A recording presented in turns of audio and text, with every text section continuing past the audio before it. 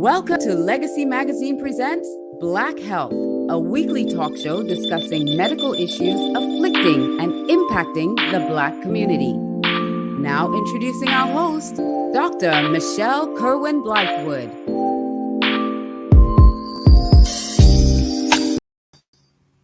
Good afternoon and welcome to Black Health. I am Dr. Michelle Kirwan. I am the host of Black Health. I'm also a board-certified pediatrician and the chief medical officer of a federally qualified health center in Miami Gardens called the Pediatric and Family Health and Wellness Center. And I am pleased to have with us today Ms. Maya Moise. Hi, thank you so much for having me here. Absolutely. Welcome. And thank you for being here. I'm going to give a quick introduction about you, Maya.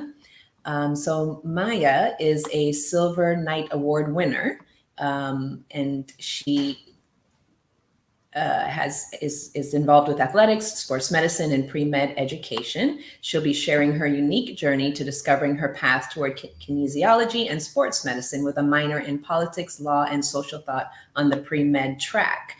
She recently graduated from American Heritage School in Plantation. She's from Haiti, the Dominican Republic, Germany, and the Cayman Islands. A debilitating knee injury in her freshman year made this Broward Silver Knight in athletics passionate about sports medicine. She started the Patriot Sports Medicine Club to support student athletes with physical therapy exercises, taping and icing, and hydration during practices and games. Before the club, the school had one trainer. It now has an assistant and more than 50 students learning how to provide basic care to athletes. Maya has placed every year in the Health Occupation Students of America's district competition in the sports medicine category. She's an accomplished weightlifter and founded the Female Athletes Club outside of school, which promotes equality within all sports. Maya, you have been very, very busy. Yes. That's great. So tell us about your journey with nutrition and fitness. So it all started when I was in junior high. I actually weighed 225 pounds. So I was playing, it was pretty bad. But for me, I loved eating. It was something me and my family always did. We would just like sit down and we would actually order not like one dessert, but like a dessert for each of us. And like, we would like raise. But it was always just like something that like we never really thought about. And when I started getting passionate about basketball, I was wondering why, I would run down, I'd be doing suicides. I'm like, I'm not losing weight. And then from then, I actually started to increase my time at LA Fitness and just trying to build my strength up. And then when I started getting more serious about basketball and wanting to join varsity in high school, I noticed that I was really working hard, but the scale wasn't showing that. And from then, I actually started learning about nutrition, about macros and how to balance meals. And then I lost the weight during my sophomore year, and I played on varsity girls basketball, won a state title. Yeah, so okay, congratulations. Thank you. And then from then, people, they kind of saw the shift that I had within my health journey, and they would start coming to me for questions. Hey, how did you lose the weight? What did you do? Hey, do you have any recommendations? And from then, it just became something I was passionate about. And even then, through my own injury recovery, I realized that nutrition does play a role with health, especially when it comes to just wanting to rebuild your strength. It's not only about what you do in the gym, but what about what you do for the other hours you spend outside of that facility. Absolutely. I have many patients that, as a pediatrician, that are in that same predicament sometimes where they're doing the work and they're not seeing the change in the scale. And, adjustments with food, adjustments with the type of exercise, variation in the type of exercise, all of that. And just the mindset of, knowing that it's a marathon, not a sprint. It's a lifestyle change and not a diet or not something that you do quickly and move on. And so it's great that you're learning this at a very young age and then able to turn around and help other people your age, because it can be a very difficult journey, a very frustrating journey for everybody, but especially for younger people. So you were recently awarded a Silver Knights Award for athletics. Tell us a little bit about that. So I've actually known about the Silver Knight Award for the majority of my high school career, but it was never really something that I saw as like a goal as, I really want to win that award. Like that's that's what I want when I graduate. But you have kids now who are freshmen who are sitting down and they're thinking, what will be the perfect silver night project so that way I can get nominated and win the award. And from my own experience, I love helping the kids now on their journey preparing for the, like, if they get selected in their juniors, because it's not about something that you plan and you work your entire high school career for creating. It's something that just happens. And like I love telling people my story because it's the truth. Like, like everyone who knows me, like they've seen it. And it's like I feel like the journey is kind of like a tree. Like you have so many different seeds, you have so many different ideas, and you slowly plant all of them, but you put in the work to help them grow. But it takes time for it to appear over the surface. And for me, the silver night was exactly that for me. My project didn't really sprout until my senior year. So playing basketball, I had a missing piece of cartilage behind my kneecap. So after continuing to work and just trying to lose the weight, I started noticing my body was kind of getting torn down and I was getting weaker and I was having very sharp pains. So I saw an orthopedic surgeon and got an MRI down. And from then we kind of noticed that there was just like this like a chunk behind my kneecap. And he was like, I don't know what happened. I can't find it. I don't know where it is, but you need surgery. And I had a surgery when I was only a freshman. So just a baby, and I couldn't do any physical activity for 10 months straight. So for someone who was so used to going to the gym and playing basketball, I couldn't do anything, going on crutches. It was time that I really spent kind of rebuilding myself and away from what I thought would be my passion. And my surgeon recommended that I went to my athletic trainer at American Heritage. And from then I met Mr. Frank Milan, who has been probably one of the most influential people that I've ever met. And I was just like admired by how he treated the athletes. Any problem that they seemed to have, he would have an answer. And if he didn't have an answer, he would find different solutions. And they kind of made me see medicine kind of like a mystery. Like it's just like a puzzle waiting to be fixed. And it's like one of him and 60 football players on top of the other athletes that are training. And it was his responsibility to oversee and take care of everyone. So I would see him like carrying like coolers every single day. And like he was taking care of me too. So I was like, Mr. Mom, do you want some help? And from then it just became like just a new relationship. Whereas I knew that I could always depend on him, and every time I spent with him, I would learn something new. Whether it's like stretching out hamstrings, learning how to tape the right way, do ankle tapes, spats, the difference between using laser versus radio frequency ultrasound only as a freshman. And from then, I took the time off from basketball to actually help him with all the different sports throughout the season. And then I became known at American Heritage as a sports medicine girl. I was traveling with the football team. I was on every game, every practice. I was there, and some kids were asking to join, and we sat down and we said, you know what? Let's make this be a thing that can be known at Heritage because people deserve to have this opportunity. I don't want to be the only one to be able to learn and grow. And then once I graduate, no one else can ever do this. So my senior year, we opened up a club, had over 60 kids sign up, junior high students, high schoolers. And now we have a whole new board, a new president, vice president. And I'm very excited. Well, congratulations on that. That is amazing, and a great, as a pediatrician and as somebody who actually intended on going into sports medicine when I was your age. That's because I was an athlete as well. Having that background so early in your, in high school, being hands-on with ultrasound and the different sports medicine techniques and so on, that's excellent exposure prior to even getting into college, much less medical school, and then into the careers for those who want to go into sports medicine or orthopedics or even some of the allied health fields where you work with sport in a sports arena. So that's great. So tell me, you mentioned a Silver Night project. I don't know much about Silver Night. I do like what you said though about it's not something you planned for.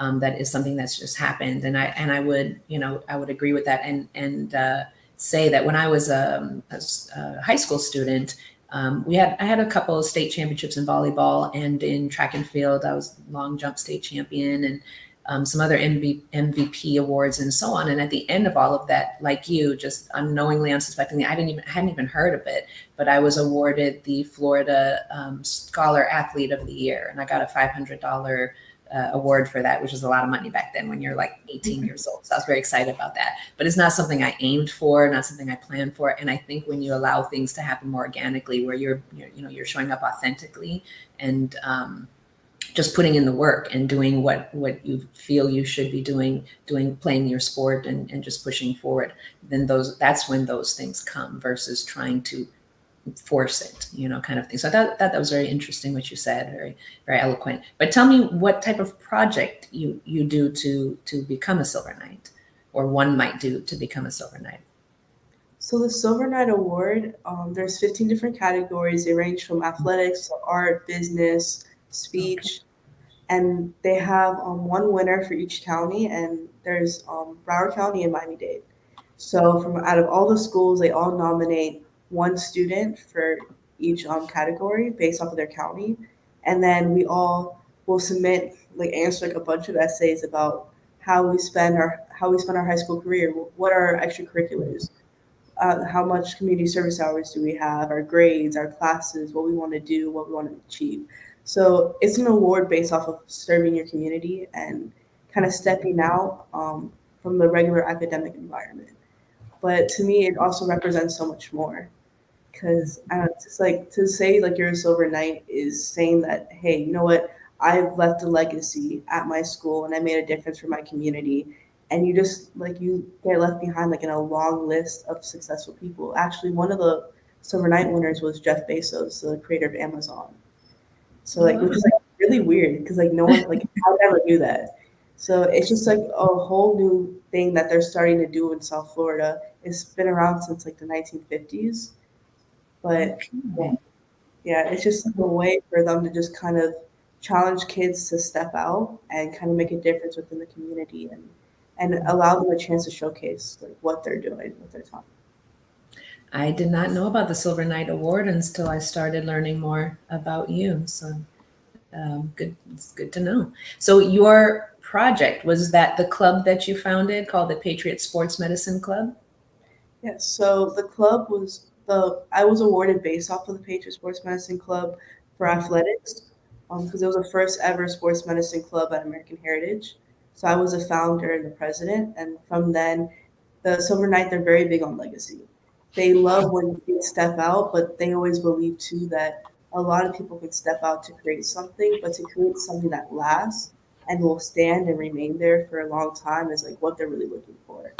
So for this sports medicine club, I kind of always had the idea of having at least two student trainers in each different sport. So maybe two that are assigned to girls basketball, two to boys soccer, so that way everyone is kind of spread out. They're CPR certified. They can watch all the practices, watch all the games, because I feel there's so many different kids who have so many different interests.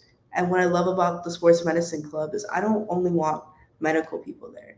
I want any kid who has an interest to join, because I feel so many schools now, they're very spread out. You're a musician, so you have musicians. You're student based, you stay with students. You're an athlete, you stay with athletes. But the sports medicine club, it was the place for me where I feel I could be comfortable loving academics, also playing guitar, and being an athlete myself, and wanting to go into pre-med. I feel it was just so inclusive. And even now, you have kids who usually sit alone during dinner or lunch, just they're very isolated on campus. And now they're hugging D1 football players who have 500K. It's just you never see that. And I love that the sports medicine club offered kids just a home on campus, and just for everyone to kind of be united together. Okay. Okay. So what is the process? So once somebody is a part of your club or joins the club, how do you train, specifically the ones that are going to assist with the athletes? How do they actually get training? Who trains them, and what degree of training do they get? So we have Mr. Frank Milan, who's the head athletic trainer, and then we have Miss Nicole Rosario, who's the assistant athletic trainer. So they usually shadow Mr. Milan they'll start off just kind of watching the environment, meeting me, meeting the other officers, kind of getting a sense for what we do to see if this is something that this is what they want to pursue, this is where they want to spend their time after school. And then we'll start like, they'll come on the field with us, we'll teach them how to use a water bottle, how to spray it like through the mask. And from then they'll shadow us. So actually during one football game, our QB broke his ankle and we were able to just really be there to like splint and take him off in the ambulance. And they're there to actually witness that, not just from the stands, but on the field. So for me, what was really important for me is I knew I always wanted to go into medicine, but I could take classes that were focused on pre-med and I'm reading about anatomy and physiology and I'm like learning about it, but it was nothing compared to what I can learn with Mr. Milan because I'm seeing it. I'm stretching the muscles, I'm actually taping it. I can like actually learn more because I'm seeing it in real life. And I feel like that just has helped me like so much more than any class could because I have real life experience and I've seen what he can do and what happens to real patients. So we allow the kids to get trained by Mr. Milan, whether it starts off with ultrasound, he'll show us, he'll teach us how to do it. We'll do like little sessions. Some days, like once a week, we would have like it would be like workshops. So we would actually pick one thing that the students don't know how to do, and we would have all the students there just to, like learn how to do it in detail, make tests, kind of test their skills. But they're never unsupervised alone. Everyone always has someone there to watch them. But I don't know, it's really good. And I love like teaching some like one of my kids something and then seeing them be able to like tape a wrist. And then the athlete is like, wow, this is really good. I'm coming back to you again. And now they're like, wow, like I actually like I did it good. Like I actually like it's just such a confidence booster. It's really nice to see. And I can imagine through this club, there will be a lot of people going into some sports medicine field that may not otherwise have been, if they not been exposed. And speaking of exposure, your father is a physician, and that's something we actually had in common. My father is a physician, also a retired physician at this point. But I remember as a child walking through the hallways with him when he would, he would pick me up from whatever sports stuff game that I had, and I might round with him in the hospital. I remember just walking through the hospital halls, peeking into the rooms and wondering what was wrong and wishing that I could, help them and wanting to go in the room and talk to them. Has your father influenced, him being a physician, has that influenced you wanting to go into to medicine? That's one thing I love about my parents because my mom is a nurse practitioner too. So they like promote it. They would love for me and my brother to go into medicine, but they never made me feel obligated to join medicine and go to medical school and to specialize. They were more like, you know what? It's your life. As long as you're following your heart, you're getting a degree and you're being passionate about it, you can run free. And I always found myself loving medicine. So my friends, we would, run outside and then someone would fall, get scraped, and I'm here with hydrogen peroxide and asking my dad, so I put this and this and this, and then I have to tape it up, put a Band-Aid on, but don't leave the Band-Aid on too long because you need to let your wound breathe. And like it just was something that just became like second nature and just a passion. So when I was balancing sports and medicine, when I realized that I could just do it together, I was like, no, this is perfect for me. This is exactly what I want to do. My mom is also an RN, even more in common there. And my dad, they didn't try to influence me either, or at least my dad didn't. But if I mentioned going into medicine, he'd get this huge smile on his face. So I kind of knew how he felt. And my mom, when I would say it, she was like, I watched what your father went through. I'm not sure you want to do it. So for me, it was kind of good because I had two opposites that I could make my own decision. But so, I kind of jumped the gun here. So you're planning on attending Rice University in the fall to major in kinesiology and sports medicine, apparently with a minor in politics, law, and social thought on the pre-med track. And I think your goal is to become an orthopedic surgeon for both the NFL and the United States Army. Yes. So that all sounds very interesting. Why this path? What are you most excited about, and what do you want to accomplish with this? Especially with the two areas, the politics and the medicine. I feel like especially in the world we live in, and in the United States specifically, you can't avoid politics. You can't avoid law. You can't avoid society. It's going to be there no matter what. So I know that hands down, medicine is the career path that I want to follow, but I need to also understand how I can thrive as a physician in the world that we live in. So as much information that I can get on law, social thought, and politics, it can best orient me within this world and as a physician.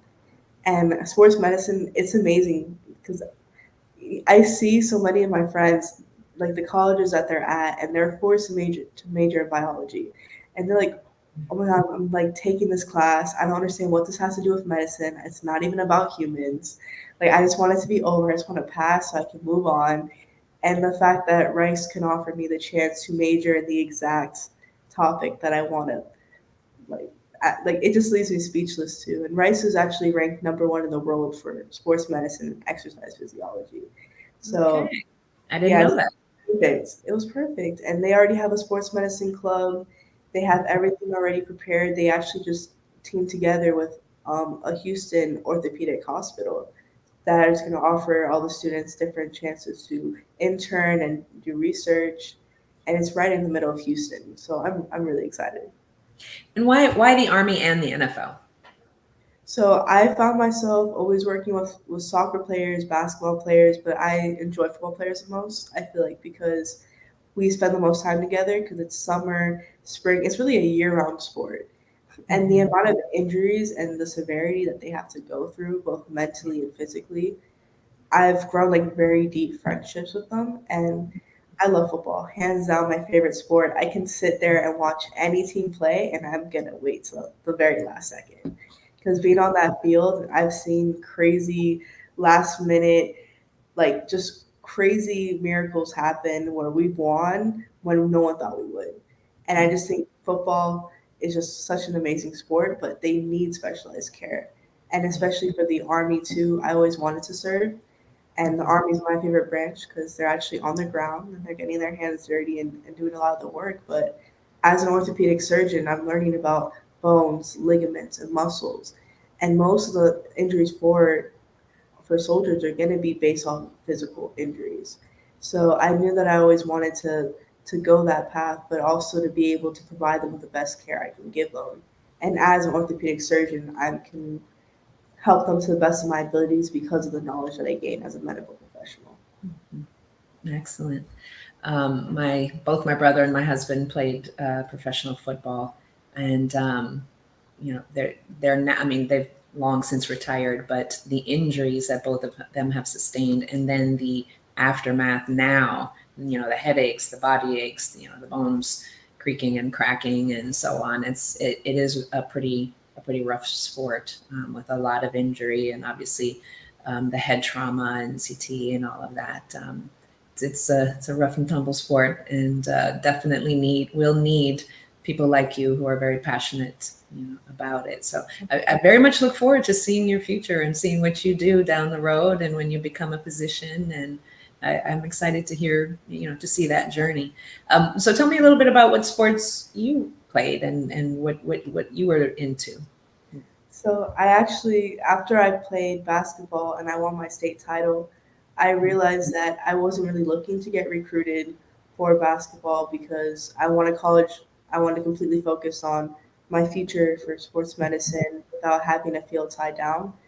And I kind of was like, what am I doing? Like I'm getting like straight into this world of athletics and basketball when I know that my heart is somewhere else. So I took a break, and then my junior year during COVID, I found a passion for lifting, and I started actually becoming an Olympic weightlifter. So I do clean and jerks and snatches with my coach right here in Broward County, and together we've been the team. There's actually a competition tomorrow that we're competing in, and I'm just like preparing for it, but I'm just really excited. So that's my passion. I actually was ranked fifth best Olympic weightlifter in the nation by Team USA. Wow. So it's been amazing. Congratulations. You are serious when you do something, you go all the way. You're fully committed all the way in. Congratulations. My sports were volleyball and track, and I played through college and had some national championships and state championships. And I love sports. I fully promote sports for my patients. I think it's a great way to learn discipline, teamwork, work ethic, how to win, how to lose, graciously. There's so much that you can also equate to regular life.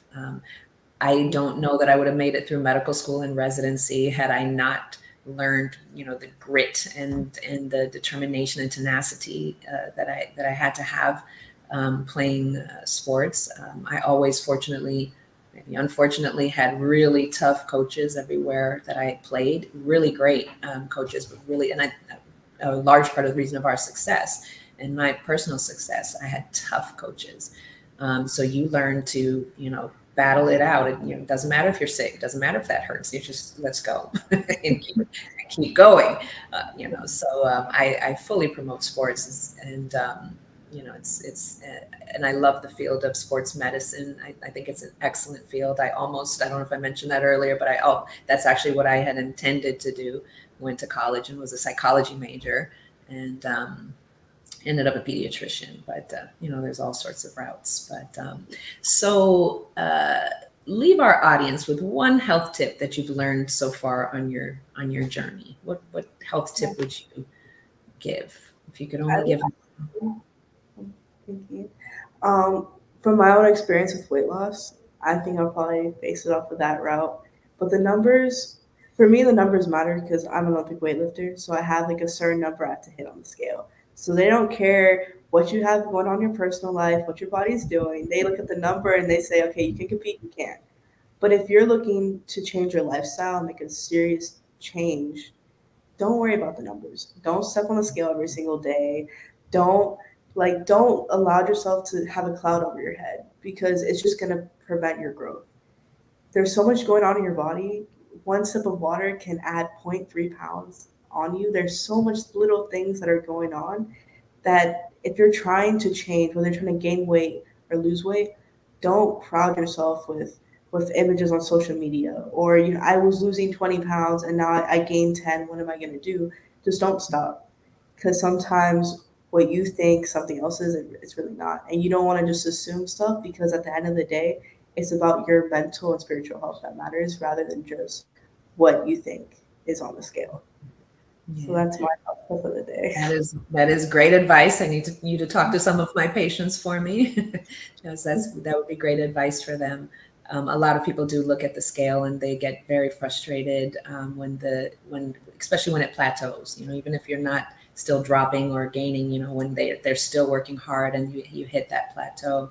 And, people forget muscle weighs more than fat. So if you're gaining muscle, you're still losing fat, but the scale may not change in the way that you're expecting it to. And it can be a very difficult journey. And that's why I always tell it's a marathon. It's not a sprint. This is a marathon. This is a lifestyle change, and just keep going. Because at the end of the day, even if you don't lose 1 pound, if you're working out, you're eating healthy, you're sweating, you're doing what you need to do, getting your heart rate up, it still makes you feel better. It still, it gives you more energy, and overall you'll be more healthy. So you really just have to stick with it, no matter what the scale says. So really, really wonderful, wonderful advice, Maya. All the time. Yeah. Say that again. I'm sorry. Oh, my coach says that to me all the time. He always tells me that it's okay for me to enjoy myself, but you also can't make up what you did weeks before in 2 days. You have to learn to just accept the past and just continue to work hard. You can't change what already happened. Yeah, it's so true. Great words, Coach. So Maya, that brings us to the end of our show today. Thank you so much. It's been a pleasure speaking with you. Congratulations on everything that you have done and everything that you've accomplished. You can see your passion and hear your passion in your voice. And, you are very authentic. You see you're doing this from the heart. This is not about awards for you. This is not about accolades and so on. And so you're very genuine, and you will definitely be very successful. That's clear. I wish you all the best at Rice University. I didn't know that it was #1 in the world, I think you said. That's very impressive. So we are expecting wonderful things from you. And I know that you will very much succeed. So Congratulations. Best of luck on your future endeavors. And I'm sure we will meet and talk again. And before we go, I would like to say a word of thank you to our sponsors. Black Health is brought to you by FAMU Medical Marijuana Education and Research Institute. Get credible information and engage in a safe space to learn and talk about cannabis. Educate, learn, and talk about cannabis in Florida. FAMU's Medical Marijuana Education and Research Institute. Thank you, everybody, for joining us today, and we will see you next time on Black Health.